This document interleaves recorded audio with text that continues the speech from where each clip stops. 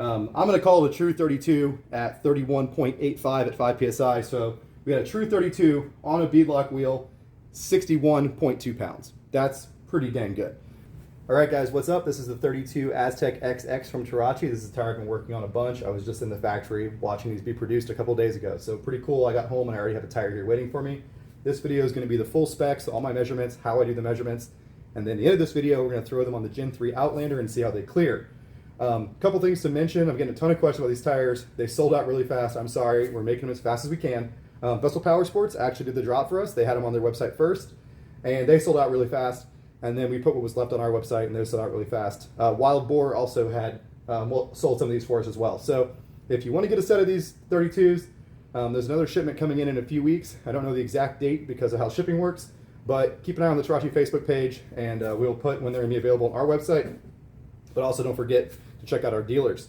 What else? Oh, the next size we have coming in, it'll be here in like a week or two, is the 28 Aztec XX, which is going to be an excellent tire for the water rider Honda guys. When you have a 28 with this much tread on a 14-inch wheel, it's going to stick to the bottom really well. Not a lot of flotation, and of course it'll be super light, not to slow you down. I apologize, my voice is a little bit weak. I'm super jet lagged and I have a cold, but I wanted to put the information out there, so just bear with me. Hopefully you can understand me well enough. Okay, let's get into the measurements. So, as you know, every tire I get, I take crazy measurements on them. We've been doing this for 5 or 6 years, for those of you that have been around that long. So we're going to measure the tread depth with our tread depth gauge of science. We are just over 2.5 inches at the center of the tire. I'd say 2 1/16, 2.5 plus a 16th. So what is that? 2 9/16 inches the center tread. Now some people measure the tread out here and say it's a 3-inch tread tire. That's BS. We just focus on the center tread because obviously the tire is going to taper away. The carcass will, and the tread will get longer. So yeah, 2 9/16 on the tread.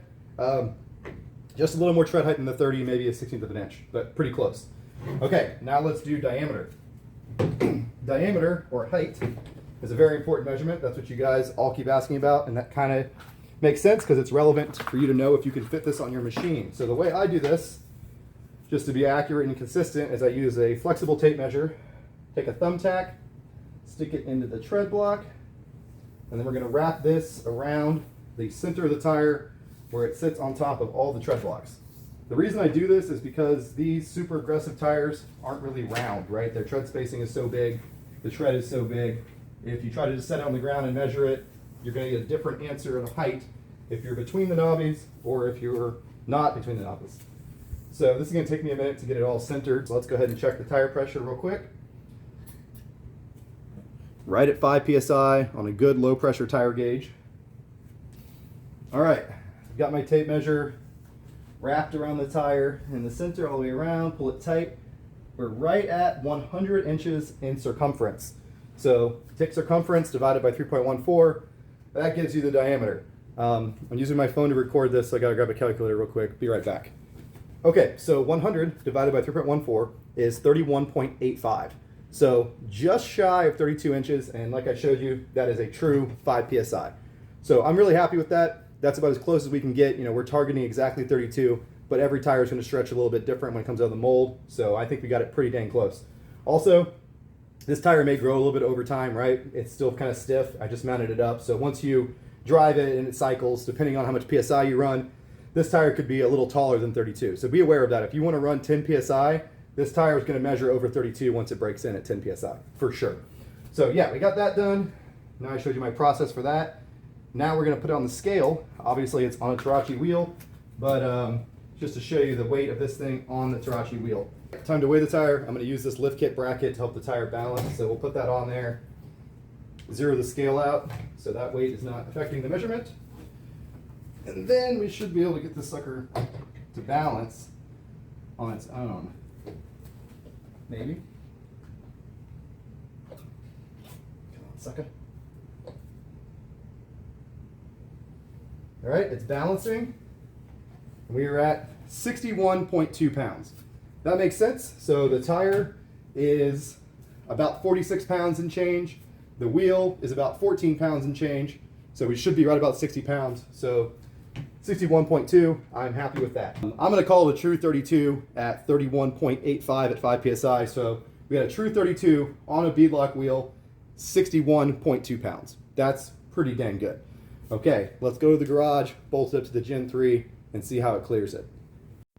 All right, so there's my G3 on the 30-inch Aztec XX. Yes, the G3 is all taken apart because I'm waiting for the ECU to get back. It's getting the 1000 race tune on it. But we'll be able to see all the floorboard stuff really nicely with some of the plastics removed. So as you can see, with a 30-inch XX on this 14 by 7-inch wheel, there is plenty of room even at full lock. I've had zero rubbing with the 30-inch XX on the Gen 3. All right, there's a 32 on there. Yes, I know it's facing the wrong direction. I can't move the four-wheeler out because there's no ECU, so it doesn't run right now, so I have to deal with it facing the wrong direction. But it's got plenty of clearance when it's pointing straight forward. Unfortunately, when you turn all the way at full lock, you do get into the skid plate. It is rubbing the skid plate a little bit right there with the corner of the knobby. One of the reasons is because this tire is totally flat across the top. So a lot of tires are 32s at the center, and when you get to the edge of the tread, they're like a 31. So because this tire is such a tall 32 and such a square, flat profile at 5 PSI, we do have a little bit of rubbing. Now that rubbing could probably be alleviated with a wheel spacer, so we'll go ahead and throw a wheel spacer on and see how that looks. No issues over here. Plenty of clearance in the front of the tire. The only issue is when steering on the inside. And I should note, this is worst case scenario with the suspension at full down travel. Once the suspension squats a little bit, it wouldn't be as bad. So let me find some 4x137 wheel spacers, and we'll throw that on there and see how that looks. Because right now, the wheel's pretty much totally in the fender. These Terache wheels are about a 5+2 wheel. I'll give you the exact offset in a minute. So if you look on the inside of our Terache wheels, you can see that it is an ET35. So that's the exact offset in millimeters. Basically, the center line of the wheel is 35 millimeters from being dead center. So this is a fairly positive offset wheel. All right, I'm gonna throw a 35 millimeter wheel spacer on there. This is actually a side-by-side wheel spacer. We have Terache ATV spacers on the way right now for this application, but this is what I have laying around, so I've got to use some different lug nuts on this side, some spline lug nuts. All right, so there's the wheel with some more offset. You can see we're sticking out from the fender a little bit now, and let's see if we clear at full lock. We do, we just barely clear. Okay, it is getting kind of close to the plastics over here. Mine has already had some trimming because of 33s. So it's close. If you want to run the 32 Aztec XX on your Gen 3 with zero rubbing while you're steering, you're going to need a more negative offset wheel. So something like a 4+3 or a zero offset, or just run some wheel spacers to fine tune where the wheel sits. You may also have to do some trimming over here. You can see that my 33s have been rubbing right here on the bar just barely. I don't think the 32s are going to have that issue, but it's going to depend on a lot of factors, like how your suspension's set up. I have a little extra preload, things like that. So yeah, they fit. It just may require a little bit of trimming and fine tuning your wheel offset. Let's go ahead and throw it on the back and see how that works. I think the back's going to be just fine, but we're going to double check. All right, there's the 32 on the rear of the Gen 3. A lot more space around it because in the rear, you don't have any steering. Now I do have a 1-inch rear wheel spacer on there. Pretty standard, something I do on all my vehicles. I put a small rear wheel spacer to keep the setup square. Most OEM wheels are fatter in the rear, so you have to account for that when you go to aftermarket wheels. So let me just show you how close it gets to the frame. It's close, but it's not that bad. My 33s actually kiss that bar a little bit. And this is at full down travel again, so that's worst case scenario.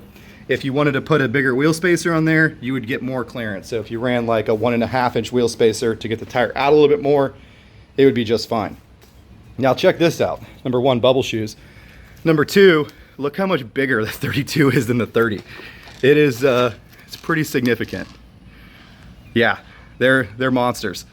Anything with less than ET35 is gonna clear just fine in the rear. The front, the tricky part is the steering. These Can-Ams have a very wide frame right there. My XMR 700 had the same issues with a lot of different tires. So in the front, you need to get the right offset or you're gonna have some rubbing at full lock. Most people don't care if it rubs at full lock, you just get kind of used to it. Some people will care and they'll wanna run the bigger offset, but you can definitely make these 32s work on a Gen 3 with stock arms.